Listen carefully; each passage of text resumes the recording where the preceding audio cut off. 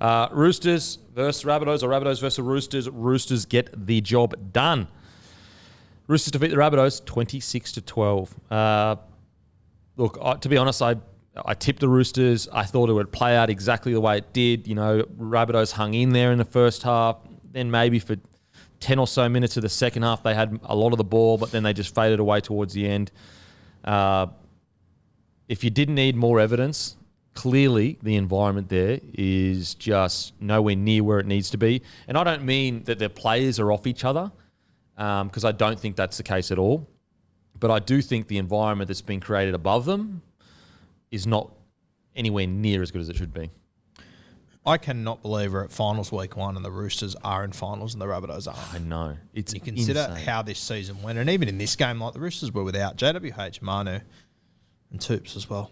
It's and like, I tipped them as well, but just to think how this season has played out for both clubs, I cannot believe it. The Roosters. You got to give Trent Robinson raps.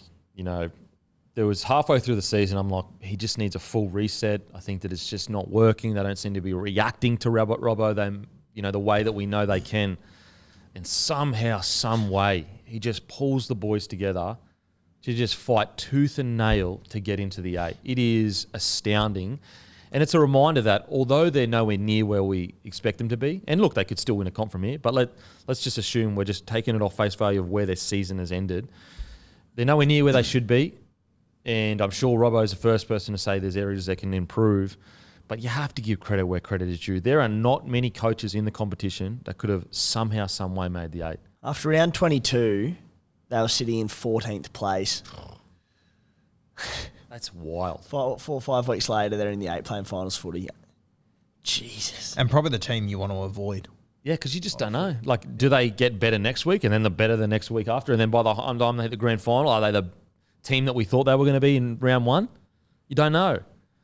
Massive, massive raps for Robbo. And congratulations for him to once again showing that this Clamour club has a gritty underbelly that doesn't get appreciated enough. They are a tough, tough footy side and a tough, ruthless side that even if things are just going so bad, like disaster year, losing assistant coaches, their key player struggling for form, struggling in Origin, Sam Walker getting dropped the whole year.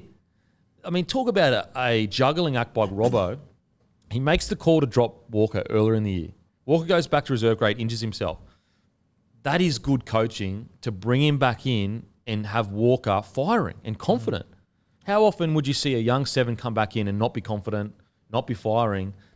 And we were so critical of like how Drewy Hutchinson had been, and he got them a few wins on the board. This Rooster side have finally started. Click and Drew was a big part of that. And Robbo said, nah, Sammy Walker's my boy. Despite that combination with Keary just not coming along at all, he backed him in 100%, and he was the best player on the field on the weekend, and just so good. And he's also the X factor that if they are going to do any damage in the finals. So to make that call and go, sorry, Drew, you've been great, but huge call. Sammy's the man. It's paid off. So, for Roosters fans out there, as you know, they could go on a run because they've got the side to do it. But hopefully for them, if they do get dusted this week and they're out, it doesn't sort of pave over the cracks in what has happened this season.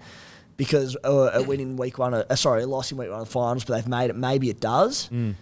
So it's going to be really interesting having a conversation summing up the Roosters season, whether that's in a week, whether that's in a month, because really hard to know what to make of it. I do think that although just gave Robbo massive, massive raps, like what he's been able to turn them around, it's been amazing. But it has become a pattern where they're dropping way too many games early and then hitting form too late. And I just don't think that works anymore. I really don't. They did it in 2018, 19, not as much. It just hasn't worked for 5 years. I think that does need to change. That's what I mean. Like, things still need to change. Yeah, for sure. Regardless if they win week 1, even week 2 of finals. I guess if they sort of get to a prelim sort of thing, you start saying, oh, he trusts his system. They got there. Yeah. But by B's dick, they did. Yeah. So it's like, I'm just interested to see how it pans out because there's been a lot of things wrong and I still think they need changes at the club. But maybe it's not as dramatic as we were saying a month ago. Isn't it wild when you think about it? The Knights have won one more game than the Roosters this year. God. And look at the Newcastle Knights. Yeah. They're like... They've won 9 games in a row and they've still only won one more game than the Chooks this year. it's just so strange. It's so strange, the Roosters season. But he does deserve massive raps. It's amazing the fight that they've shown, the grit they've shown, everyone against them, everyone bagging them, saying they're done. And, mate, 10 rounds ago, they were done for me. Oh. That game I thought the Broncos game, I thought that was their last dying gasp, where they came out, they bashed the Broncos side, and the Broncos side said, nah, we're still going to win by 20 or whatever. They just regathered somehow, some way, and made it. It's incredible. Robbo deserves a rap. The whole roster deserves a massive rap. I want to give a shout out to my boy Terrell May. Hasn't he been outstanding? And doesn't it give you really, really good signs for life after Hargreaves, if he does retire after next year, that a guy like Terrell May can step up in a derby game with the season on the line and play one of his best games he's played all year. Like, that's great signs. Yeah, and they needed a front row forward to stand Absolutely. up. They've put a few years into Fletcher Baker. He's obviously going to the Brisbane Broncos. But, yeah, Terrell May. And I love about May as a front row forward. Similar to JWH. We probably haven't seen it enough yet, but Kempy's got some motherfucker in him. Oh, fucking oath he does. He's got some prick in him, which I think it's going to be really, really good for the Chooks moving forward. Yeah, I think that by next year, I'll be surprised, unless he's genuinely just put as an impact player and that's his role that he plays. I'll be surprised if he's in one of this. Him and Lindsay Collins aren't starting. Well, I mean, they've signed Spencer Leniu for next year, who's I think the best impact player in rugby league at the moment. So, that Spencer Leniu signing is just so strange for me, because I just came out of the blue. It doesn't seem to fit. It's odd. Yeah, and also the amount of money for an impact player off the bench, and also it seems to lean heavily into Robbo's real, I guess, desire to get fast play the balls, super explosive people through the middle. Like, obviously you signed Cheese, you've got Joey, you've got Teddy, now you've got Spencer Leniu. I just can't see Spencer becoming a starting front rower that plays 60 minutes. I mean, maybe he can. Like, we haven't seen it. That's what I'm saying. Like, I just haven't seen it. I'll harp on it every day of the week, but geez, if Jake Turpin is for whatever reason the starting hooker there next year, and you've got Cheese and Spencer Leniu as middle forwards, fuck. Shut the gate, it's over. Oh, my God. Those two coming on going skits. Yep. Fuck that. Yeah, so Terrell May, I thought he was outstanding. Got through 51 minutes. Lindsay Collins, 58 minutes.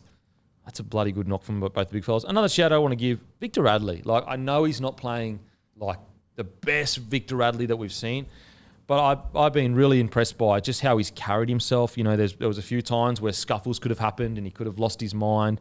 And I know that that's a low bar. I get it. I understand it. But look, you got to work with what you got to work with. And I think he's just been really good and solid the last couple of weeks, just getting through his work. Like on the weekend, he had 12 runs, 130 metres, 2 tackle breaks, 40 tackles. Like, that's a fair knock. Played the full 80 too. Yeah. Very good knock. And who stood out for you boys? Mate, I sort of think you've covered most of them, to be honest with you. I love the battle between Sammy Walker and Cody Walker. And there was an article, Sydney Morning Herald during the week, and it was Sammy Walker saying how every time he plays the Rabbits, that Cody Walker targets him and pesters him and tries to belt him.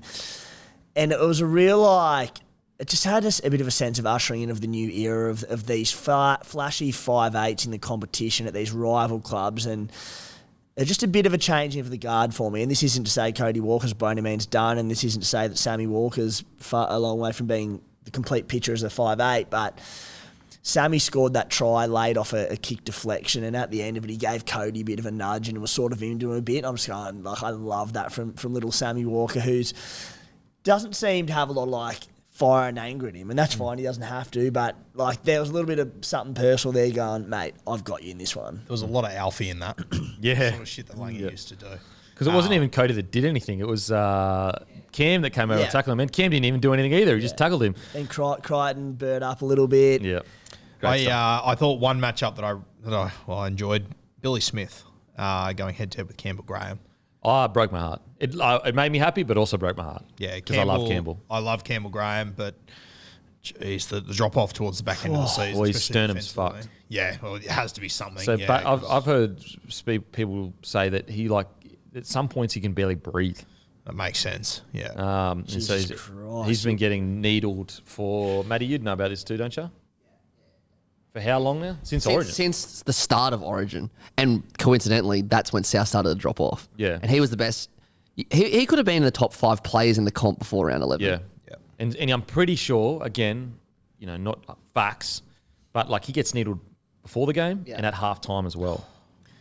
So you know what? I think it's even before that. That's when it came out around Origin time. But he'd been working on it, so it's basically been all year for Campbell. So he's played his long. whole season with a cracked sternum. It was him too that Marty almost put his knee through his chest too, wasn't it? Good God. Yeah, but Billy Smith, mate, was the positive I was getting to with all that. Went the long way. Sorry, the downer, bro. So good to see Billy Smith have that moment. I've spoken about it before, the Roosters, when they're talking to all their junior grades and Mats and SG Ball, Billy Smith is always used as the example of no matter what happens, if you're doing the right thing every single week and putting your best foot forward, we will take care of you. Robbo loves him, and it's good to see him finally starting to get some good results, Billy. And again, imagine him with another full season under his belt, if he can stay injury-free. He came back, he played really well, had a few shockers, and then he's found his way back into some really, really good form. And he is, that almost stereotypical gun centre of rangy, tall, explosive, very hard to handle. And also what I love about it is Campbell Graham and him, they're such similar body shapes. So imagine like the next 5 to 6 years of battles of Roosters versus Rabbitohs are going to be. Oh, exactly right. And you have a look at Billy now. My biggest criticism is that right now, defensively, there are some issues there. Campbell Graham was exactly the same at game 25, and that's where Billy Smith's at. He's only played 26 games at first grade. Probably 8 of them have been injury affected, where he hasn't played big minutes in as well. So just be patient with Billy. He will get there, and when he does, like the Roosters are going to have a strike centre that they're probably paying $250K. Be patient, Billy fans. Billy fans, be patient. Because some of you is getting really impatient. You need to be patient. Guru's had enough of it. Quickly with the Rabbitohs, disaster year. Isn't it funny that one position, so like Roosters came in way higher favourites than Rabbitohs to win the comp, but we're speaking more about the Rabbitohs as disaster year and the Roosters going, wow, incredible turnaround. But there's just no way to slice it. Yes, they missed a lot of their front row for a while. I don't think they were bad by any stretch against the Roosters, but it was just a really good example of it doesn't matter how good you are, it's not just going to click for you. You got to build back into it, especially at this part of the season. I felt if it was going to click for the Rabbitohs, it was going to click 3 or 4 weeks ago when they're under the pump, like not tonight on the night. Funnily enough, I actually thought Cook, Walker played really, really good footy. Like I thought they played some really good footy and did everything they could to give their team an opportunity to win the game. And who knows if when Cody Walker threw that ball, if the centre had have caught it instead of letting it go, it might have been a completely different situation. Boys, Rabbitohs. Mate, I look back to Magic Round when we were at the Caxton having a few beers. A certain individual was asking everyone in the room who's going to beat us. Matey, the answer is everyone. Everyone's beating us since. And look, in Rabbitohs, defence, they did lose Taff after 18 minutes. They also lost they lost someone else as well, didn't they? Taff was a big loss though because it changed so much. Davey Mawali only played 13 minutes. Cheekham had to move out to centre and... Or was it Tallis Duncan? One of them... So anyway, they lost 2 players, I'm pretty sure. But yeah, Cheekham had to move out to centre and then had AJ at fullback.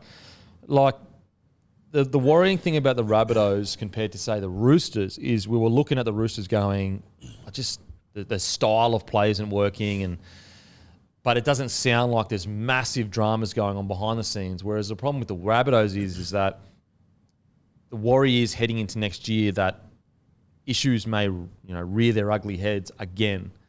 So I think there's going to have to be a real coming to kind of like almost a reset button with everyone. Everyone that has issues, doesn't have issues, there has to be an honesty session. Get it out of your systems. Everyone has to agree, guys. Everyone said it. Is everyone happy? Is everyone on board? If they are, let's move forward. Because if they go into next preseason with the little cracks in their armour, if things get tough, it'll obviously show itself. Yeah, it's hard to comment on, to be honest with you, because there's just so many rumours flying around. Everyone's got their own agendas, and people that's the thing. There's clearly something going on. Yep.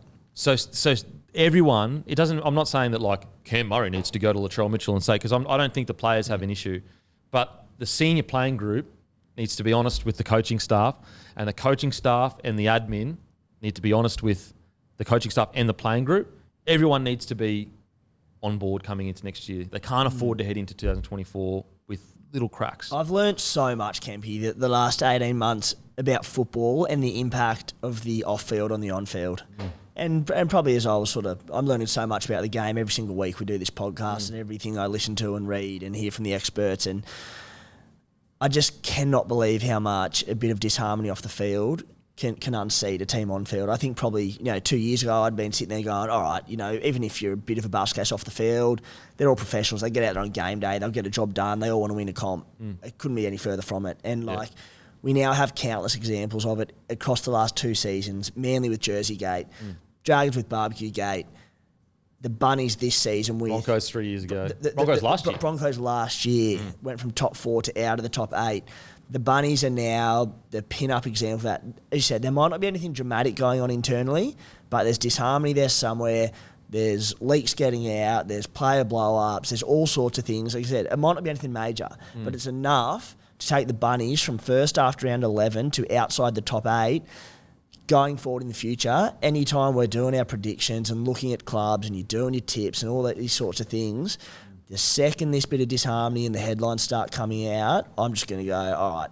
Like I kept faith in the Bunnies up until last week. I thought, you know what, this is such a good footy side. They can turn it. They couldn't. Yeah. They didn't get close to turning it. Yeah. And they had 2 weeks to prepare off a bye too. Yeah. And it was the noisiest bye round, I think, of all time. Yeah. Yeah. And so you're right, Timmy. Like, it's in the playing group, it's probably nothing. Like, between the players. But the problem is that the connection between the coach, the senior playing group, and the rest of the players, and then the admin as well, like, everyone needs to be on the same page. If there are certain... Like, the fact that this much stuff was getting leaked means that there are certain people within the club that believes different decisions should be happening. Tell you, I think it'd be awesome. It'll never happen, but it'd be cool. All those clubs I just mentioned, from those teams in the back end of those years when they all fell apart, just get one player from each team, get them on a panel, and just say what changed. Yeah, not like a point fingers at people and what this and that, but like what changed that led to that downfall, and just get their opinions and get the first hand like account of how things unfolded, because I find it so fascinating. I will. The good thing though for the Rabbitohs are, if you ever needed motivation to be great, this is it. Like, look what the Broncos have done from year to year. They fall out of the 8. Everyone absolutely pizzles them. The coach is under pressure. I mean, Kevy was... We were at the start of the year, we were saying, look, I don't know if they should re-sign Kevy now. They should wait to see how the players play. And now you're going, mate, Kevy, if you had him as coach of the year, Dally M coach of the year, I'd go with it.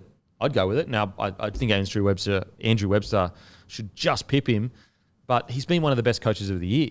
And so with the Rabbitohs, if you needed something to like galvanise the boys when you're sitting in the preseason, you're in the depths of hell, and to remember back when everyone was talking shit, everyone was on your back, this is it. This is really it. And then you bring in Jackie White into the side, you get your front row rotation back in the side.